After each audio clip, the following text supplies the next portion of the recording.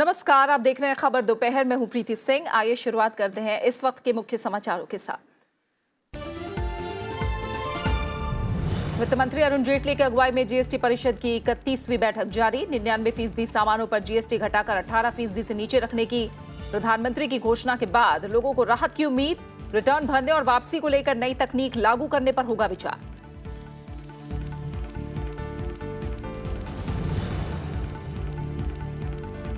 प्रधानमंत्री नरेंद्र मोदी ने गुजरात के नर्मदा जिले में आंतरिक सुरक्षा को लेकर शीर्ष पुलिस अधिकारियों के साथ की चर्चा। आईबी अधिकारियों को आज प्रतिष्ठित राष्ट्रपति पुलिस पदक से करेंगे सम्मानित।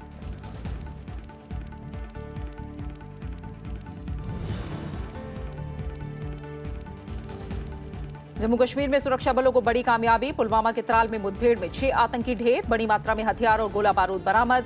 सेना का अभियान जारी।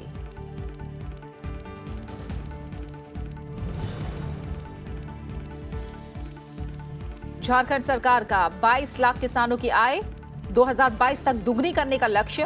वित्तीय वर्ष 2019-20 में योजना पर 2,250 करोड़ रुपए होगा खर्च। ओडिशा सरकार का किसानों के विकास के लिए 10,000 करोड़ की योजना का ऐलान।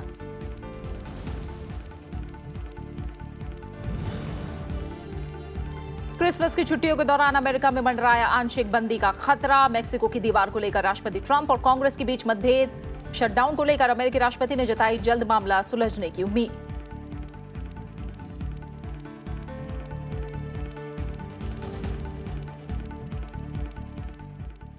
वस्तु और सेवा कर परिषद की आज दिल्ली में 31वीं बैठक हो रही है। केंद्रीय वित्त मंत्री अरुण जेटली इस बैठक की अध्यक्षता कर रहे हैं।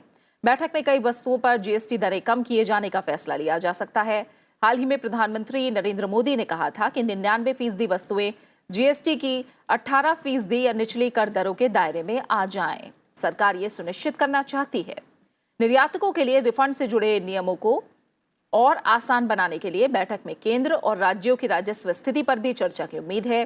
जीएसटी नेटवर्क के सरकारी स्वामित्व की कंपनी में स्थानांतरण के मुद्दे पर हाइब्रिड कारों पर मौजूदा 28% की जीएसटी दर कम करने पर भी विचार होने की उम्मीद है। जीएसटी में टैक्स दरों के 4 स्लैब हैं, 5, 12, 18 और 28%, जिनमें 1200 से ज्यादा वस्तुएं और सेवाएं आती हैं। इसमें पहले जुलाई में टैक्स दरों में कटौती को लेकर बड़ा फैसला लिया गया था। तब 80 से ज्यादा वस्तुओं को कम टैक्स स्लैब में लाया गया था। दरों का एकीकरण करने का प्रयास, यह शुरू से ही हमारा जीएसटी काउंसिल का एक लक्ष्य रहा है और उसी दिशा में भारत के प्रधानमंत्री जी भी यही चाहते हैं कि जीएसटी की दरें वह 18% के आसपास हों। अधिकतम जो जीएसटी के दायरे में आने वाली सेवा और वस्तुएं हैं वह 28% में, अब न्यूनतम जो मिनिमम है वही केवल रहें तो अच्छा है। तो जीएसटी काउंसिल इस भावना को भी ध्यान में रखते हुए और देश और प्रदेश के सभी जो प्रतिनिधि हैं वह जनता के हित में, दलगत राजनीति से ऊपर उठ करके हम फैसला करने वाले हैं। काउंसिल है वो विचार विमर्श करती है और विचार विमर्श के पश्चात राज्यों के जो हमारे काउंसिल के मेंबर हैं अपनी अपनी भावनाओं को रखते हैं और सरकार उसका पुनरीक्षा करती है और पुनरीक्षा के बाद समझ में आती है कि वाकई में यह आवश्यक है तो उसको पूरा करने का काम करती है। On large number of appeals have come, and the GST Council will be approving the clarifications that are given by CBCI and so on. So, on how many products you are seeing that 25 up to 25% to? A few of them, and some of them are justified. Some I feel are luxury products which does not merit a reduction, and that will be pointed out in the council. Jammu Kashmir में सुरक्षा बलों को आज बड़ी कामयाबी हाथ लगी। पुलवामा के त्राल में मुठभेड़ के दौरान सुरक्षा बलों को 6 आतंकियों ने ढेर कर दिया है। इलाके में आतंकियों के छिपे होने की खुफिया जानकारी के आधार पर राष्ट्रीय राइफल्स, राज्य पुलिस के विशेष अभियान समूह और केंद्रीय रिजर्व पुलिस बल ने पुलवामा जिले में त्राल के आरमपोरा इलाके में एक संयुक्त तलाशी अभियान शुरू किया। जब सुरक्षा बल के जवानों की घेराबंदी की तो एक मकान में छिपे आतंकवादियों ने जवानों पर गोलीबारी शुरू कर दी। सुरक्षा बलों की ओर से की गई जवाबी कार्रवाई में 6 आतंकवादियों को ढेर कर दिया गया। इलाके में सेना का अभियान अभी भी जारी है और यहां घेराबंदी की गई है। This encounter happened in the morning. With specific information, the area was cordoned. As soon as the cordon was laid down, there was firing, and in the exchange of fire, 6 terrorists have been eliminated. In this encounter, there is no collateral damage. No law and order situation was faced. The operation is a clean operation, and now the identities and affiliation of these terrorists are being ascertained. Lok Sabha में जारी लगातार गतिरोध की वजह से कल भी सदन की कार्यवाही बाधित रही और अगले हफ्ते में अवकाश की वजह से गुरुवार तक कार्यवाही स्थगित कर दी गई। वहीं लोकसभा की नियम समिति की भी शुक्रवार को बैठक हुई। समिति ने उन सदस्यों को स्वतः निलंबन की सिफारिश की है जो सदन की कार्यवाही को बाधित करने की मंशा से वेल में आते हैं, नारेबाजी करते हैं। समिति ने सिफारिश की है कि अध्यक्ष के बार बार अनुरोध के बावजूद कार्यवाही को बाधित करने वाले सदस्य सदन की अगली 5 बैठकों या सत्र की समाप्ति तक जो भी कम हो खुद ही निलंबित हो जाएंगे। समिति ने अपनी अनुशंसा लोकसभा अध्यक्ष सुमित्रा महाजन को सौंप दी है। लोकसभा अध्यक्ष ने कहा है कि जनप्रतिनिधियों को स्व अनुशासन बरतना चाहिए। उन्होंने कहा कि लोकसभा में गतिरोध को खत्म करने के लिए सभी राजनीतिक दलों से बातचीत की जा रही है। कि स्व अनुशासन की कल्पना की गई है और इसलिए पार्लियामेंट के जो रूल्स भी है आप उसमें देखें, वो डायरेक्शन के तौर पे दिए गए हैं कि मेंबर ने ऐसा नहीं करना चाहिए। इसका अर्थ मेंबर ने खुद समझदारी से व्यवहार करना चाहिए। तो अपेक्षा तो यही है, तो वही अपेक्षा मैं करती हूँ। शीतकालीन सत्र में राज्यसभा में 8 दिनों तक कोई कामकाज ना होने से राज्यसभा के उपसभापति हरिवंश बेहद व्यथित हैं। उनका कहना है कि संविधान में राज्यसभा को अलग गरिमा के साथ विकसित किया गया था, लेकिन दुखद है कि संवेदनशील विषय पर भी सदन एकजुट नहीं हो पा रहा है, जबकि सभापति सभी अहम विषयों पर चर्चा को मंजूरी दे चुके हैं। शीतकालीन सत्र है ये, इसका लगभग आधा दौर बीत गया है और कोई खास कामकाज नहीं हुआ। और आज भी हमने देखा कि जैसे बात करें तो जो प्राइवेट मेंबर रेजोल्यूशन में विडोज़ के बारे में और बहुत सारे ऐसे समाज से जुड़े मामले रहे हैं जिन पे चर्चा होनी चाहिए थी, चर्चा नहीं हो पाई। आप लोगों ने लगातार अपील की, क्या कहना चाहेंगे? दरअसल अरविंद जी, जब मैं आजकल पिछले खास तौर से शीतकालीन सत्र में देख रहा हूँ कि इस उच्च सदन में जो गंभीर और मर्यादित बहस होनी चाहिए थी वो नहीं हो रही, तो मुझे डॉक्टर राधा कृष्णन का कहा एक वाक्य नज़र आता है, याद आता है। 1955 में मैं वो कोट सुनाना चाहूँगा आपके माध्यम से लोगों। We want to maintain the good name and dignity of this house. Every one of us is interested in that as much as I am.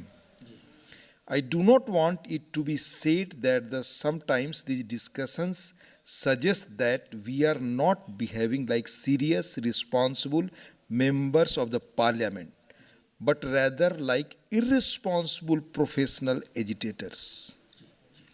That impression even all members of this house, to whatever side they may belong, should avoid. We must be careful and preserve our good name and our dignity. That is what I am anxious about.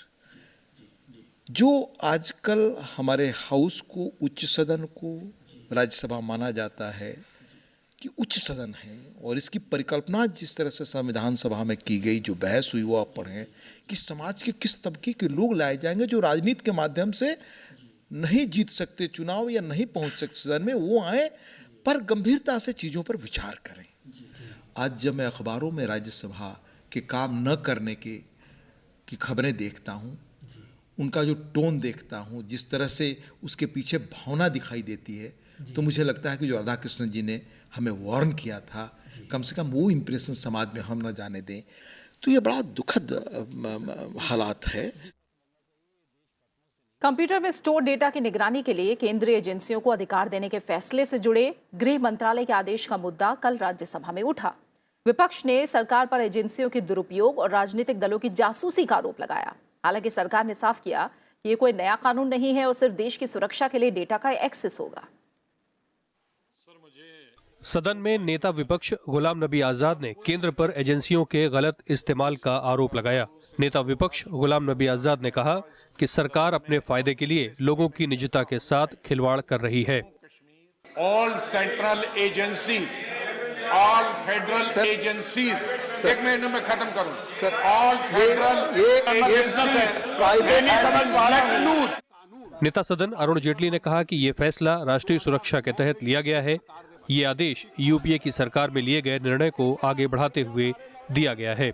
उस कानून rules के तहत from time to time वही agencies हैं, IB, CBI, narcotic agency, DRI इत्यादि जो notify हो जाती हैं, जिसका संबंध national security, public order, integrity of India के साथ खिलवाड़ या खतरे का है, तो ये ऑथराइज एजेंसीज हैं।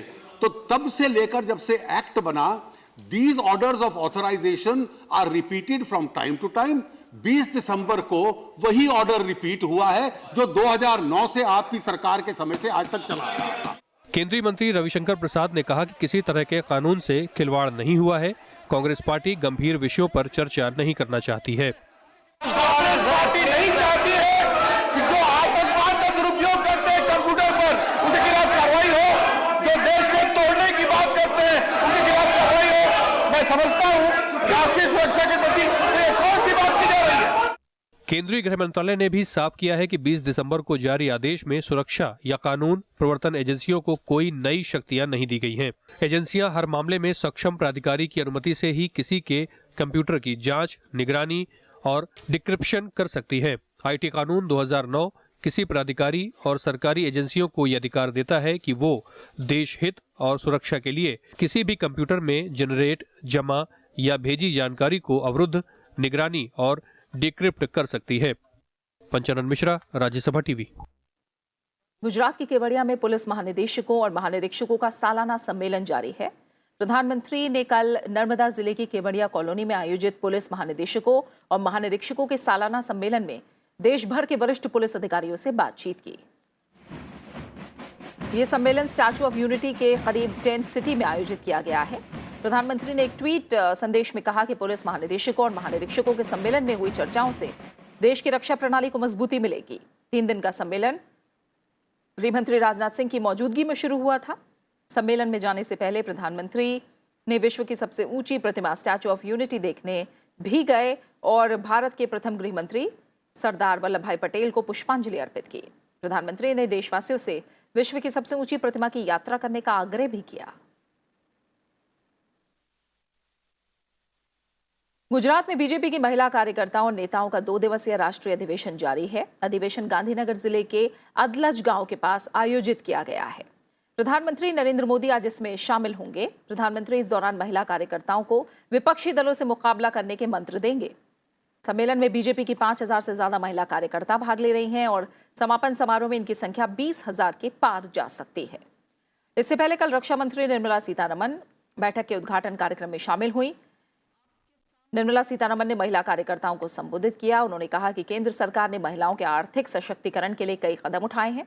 उन्होंने कहा कि इन कामों और सरकार की उपलब्धियों को जनता तक पहुंचाना जरूरी है। देश में शिक्षा, स्वास्थ्य, रोजगार, रहन सहन से लेकर साफ सफाई की क्या स्थिति है, इसे लेकर नीति आयोग ने राज्यों और केंद्र शासित प्रदेशों की नई रैंकिंग जारी की है, जिसमें हिमाचल प्रदेश और केरल सबसे आगे है, जबकि उत्तर प्रदेश निचले पायदान पर है। नीति आयोग का मानना है कि संयुक्त राष्ट्र के सतत विकास के लक्ष्यों पर आधारित यह रैंकिंग बेहतर प्रदर्शन को लेकर प्रतिस्पर्धा बढ़ाने में मददगार होगी। 2030 तक संयुक्त राष्ट्र के सतत विकास के लक्ष्यों को ध्यान में रखते हुए नीति आयोग ने पहली बार राज्यों और केंद्र शासित प्रदेशों की डेटा आधारित रैंकिंग तैयार की है। दुनिया में अपनी तरह की पहली विस्तृत बेसलाइन रैंकिंग में हिमाचल प्रदेश के बाद केरल, तमिलनाडु, चंडीगढ़ और पुडुचेरी का स्थान है, जबकि असम, बिहार और उत्तर प्रदेश निचले 3 पायदान पर हैं। इस रैंकिंग से दोहरा फायदा होने की उम्मीद है। पहला ये कि 2030 तक संयुक्त राष्ट्र के सतत विकास के लक्ष्यों को हासिल करने की दिशा में कोशिशों में तेजी, और दूसरा सभी राज्यों और केंद्र शासित प्रदेशों के बीच प्रतिस्पर्धा का बढ़ना।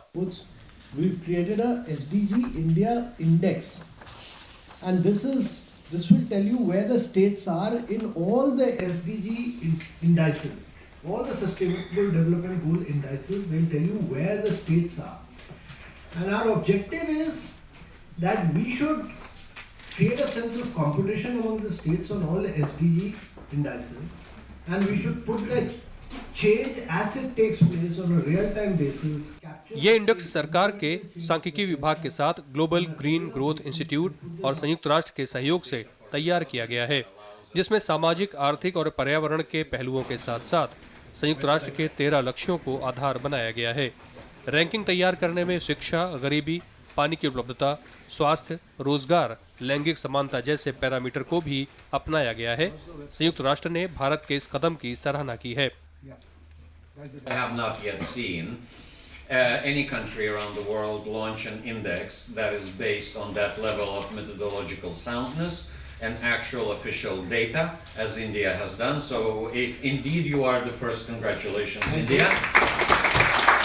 2030 तक देश को संयुक्त राष्ट्र के सतत विकास के लक्ष्यों को हासिल करने के लिए कई क्षेत्रों में बेहतर प्रदर्शन करना है और इसे सुनिश्चित करने के लिए सरकार ने राज्यों में किए जा रहे प्रयासों की निगरानी का जिम्मा नीति आयोग को दिया है। पंचानन मिश्रा, राज्यसभा टीवी। झारखंड सरकार ने किसानों को बड़ी राहत देने का ऐलान किया है। राज्य सरकार किसानों को सालाना 5,000 रुपए प्रति एकड़ प्रोत्साहन राशि देगी। ये राशि सीधे किसानों के खातों में ट्रांसफर की जाएगी। योजना का नाम मुख्यमंत्री कृषि आशीर्वाद योजना होगा, जिसमें अधिकतम 5 एकड़ तक के किसान को फायदा मिलेगा। इस योजना से झारखंड के कुल 22 लाख किसान लाभान्वित होंगे। मुख्यमंत्री रघुवर दास ने कॉन्फ्रेंस में जानकारी दी। 2019-20 से राज्य सरकार झारखंड के किसान को 5,000 रुपए प्रति एकड़ खरीफ के फसल के लिए हर साल प्रोत्साहन राशि देगी। राज्य सरकार किसानों की आय बढ़ोतरी के लिए 2,250 करोड़ की राशि खर्च करेगी। मुख्यमंत्री रघुवर दास ने बताया कि वित्त वर्ष 2019-20 के बजट में इस योजना को शामिल किया जाएगा। राज्य सरकार किसानों को हर वर्ष खरीफ फसल के लिए 5,000 रुपया प्रति एकड़ राशि देगी। जिनकी जमीन 1 एकड़ से कम है, उन्हें भी न्यूनतम 5,000 रुपये प्रति वर्ष दी जाएगी। यह राशि उन्हें सीधे चेक के माध्यम से दी जाएगी। इस योजना से राज्य के 20 लाख लघु एवं सीमांत किसान लाभान्वित होंगे। ओडिशा के किसानों को राहत देने का फैसला किया गया है। मुख्यमंत्री नवीन पटनायक ने राज्य में किसानों के हितों को ध्यान में रखते हुए 10,000 करोड़ रुपए की एक योजना शुरू करने की घोषणा की है। पटनायक ने कहा कि राज्य मंत्रिमंडल ने जीविकोपार्जन और आय वृद्धि के लिए कृषक सहायता को मंजूरी दे दी है। ये योजना 10,000 करोड़ रुपए की राशि से ज्यादा की है। नवीन पटनायक ने कहा कि किसान के परिवार को खरीफ और रबी प्रत्येक खेती के लिए 5-5 हजार रुपए की कुल राशि के हिसाब से साल में 10,000 रुपए की वित्तीय सहायता दी जाएगी।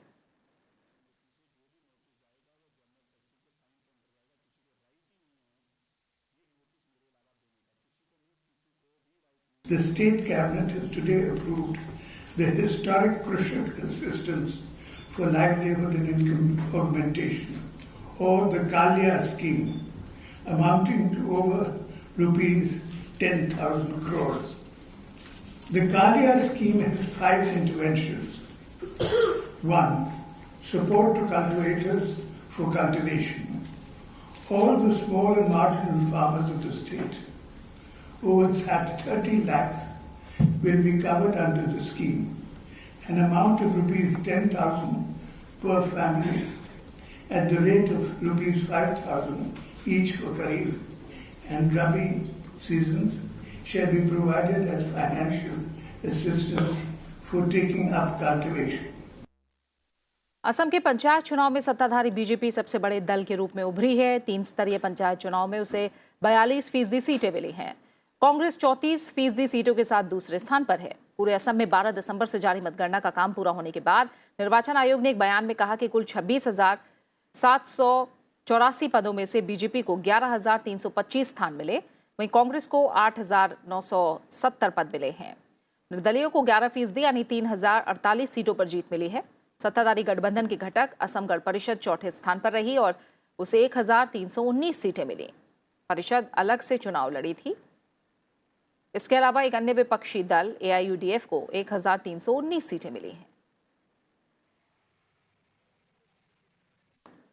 बीजेपी नेता रविशंकर प्रसाद ने आज प्रेस कॉन्फ्रेंस करके कांग्रेस पर देश की पब्लिक प्रॉपर्टी के दुरुपयोग का आरोप लगाया।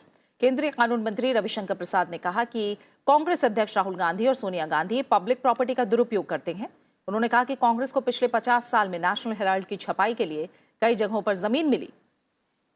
रविशंकर प्रसाद ने कहा कि कांग्रेस ने टैक्स बचाने के लिए अखबार खोला था, जिसका प्रकाशन बंद हो गया। उन्होंने कहा कि संबंधित विभाग की तरफ से लीज रद्द करने के लिए नोटिस इसलिए दिया गया क्योंकि हेराल्ड हाउस में अखबार छपाई से संबंधित कोई काम नहीं हो रहा है और इसके लिए विभाग के अधिकारियों ने मौके पर जाकर मुआयना भी किया था।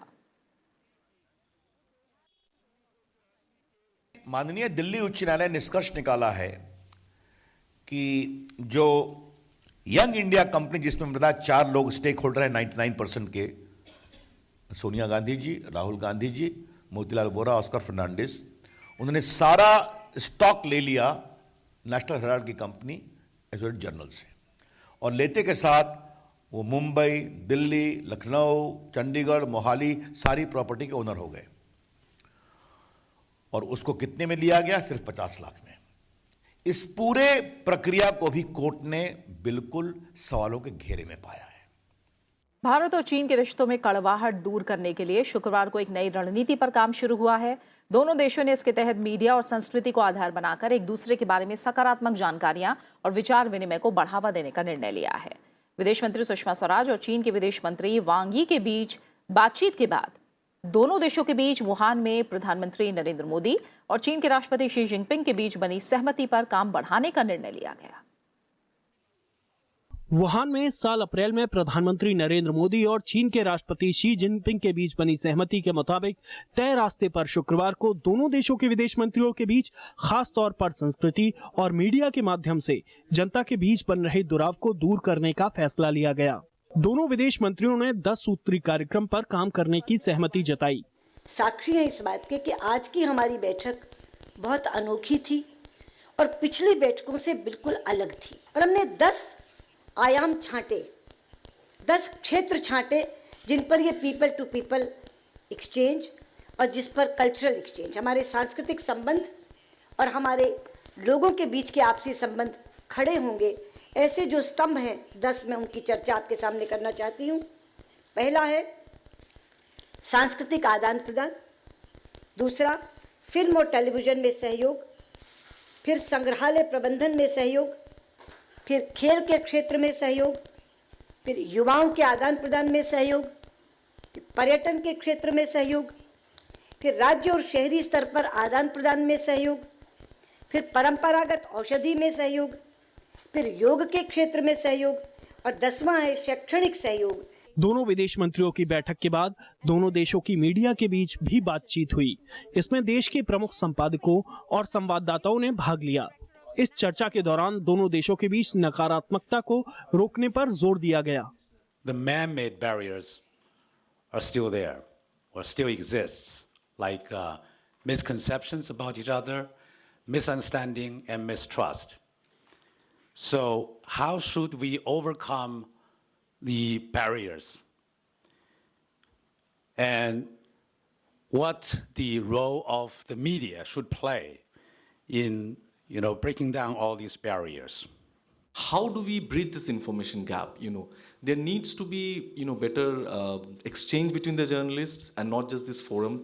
More Indian journalists traveling to China, to various parts of China, to places, for example, from where the maritime Silk Route is supposed to start, like Fujian. I've been to Fujian, and if Indian journalists go to Fujian and get an idea, what is this, ये बातचीत दोनों देशों के बीच नए बने India China high level media forum के तहत हुई। निर्णय लिया गया कि इसके बाद नियमित तौर पर मीडिया कर्मियों के बीच बातचीत होगी और दोनों देश अपने यहाँ आम लोगों के आने जाने की प्रक्रियाओं को सुगम बनाएंगे।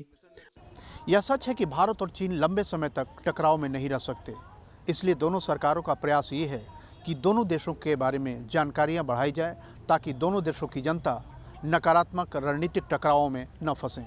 राज्यसभा टेलीविज़न के लिए कैमरा पर्सन सुरेश के साथ दिल्ली से अखिलेश सुमन। 3 दिवसीय भारत चीन फिल्म फेस्टिवल आज से नई दिल्ली के सिरिफोर्ट ऑडिटोरियम में शुरू हो गया है। फेस्टिवल का आयोजन सूचना और प्रसारण मंत्रालय द्वारा किया जा रहा है। महोत्सव के दौरान 4 चीन की और 3 भारतीय फिल्मों सहित कुल 7 फिल्में दिखाई जाएंगी। चीन के प्रसिद्ध अभिनेता जैकी चैन की फिल्म CZ12 समारोह की उद्घाटन फिल्म होगी। भारत की तरफ से हिंदी फिल्म दंगल, बंगाली फिल्म माछेर झोल और मराठी फिल्म वेंटिलेटर दिखाई जाएगी। भारत चीन संबंधों को प्रगाढ़ करने के लिए दोनों देशों के बीच पीपल टू पीपल कॉन्टैक्ट सांस्कृतिक सम्मेलन का आयोजन हो रहा है। इससे पहले शुक्रवार को विदेश मंत्री सुषमा स्वराज और चीन के विदेश मंत्री वांग यी ने फिल्म फेस्टिवल के लॉन्च समारोह में शिरकत की।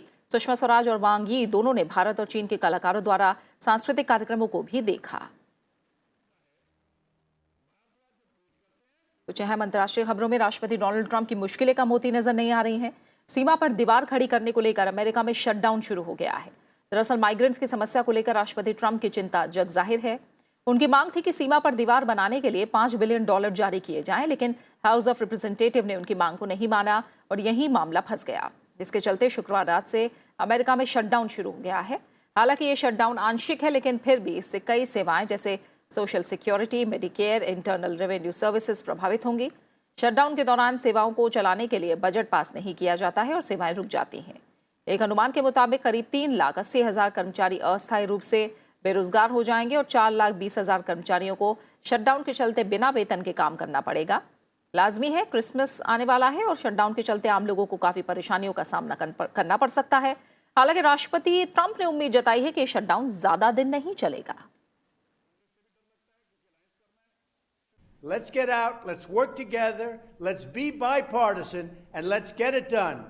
The shutdown hopefully will not last long. Thank you very much. और इसी के साथ फिलहाल खबर दोपहर में इतना ही। आप बने रहिए राज्यसभा टीवी के साथ। नमस्कार।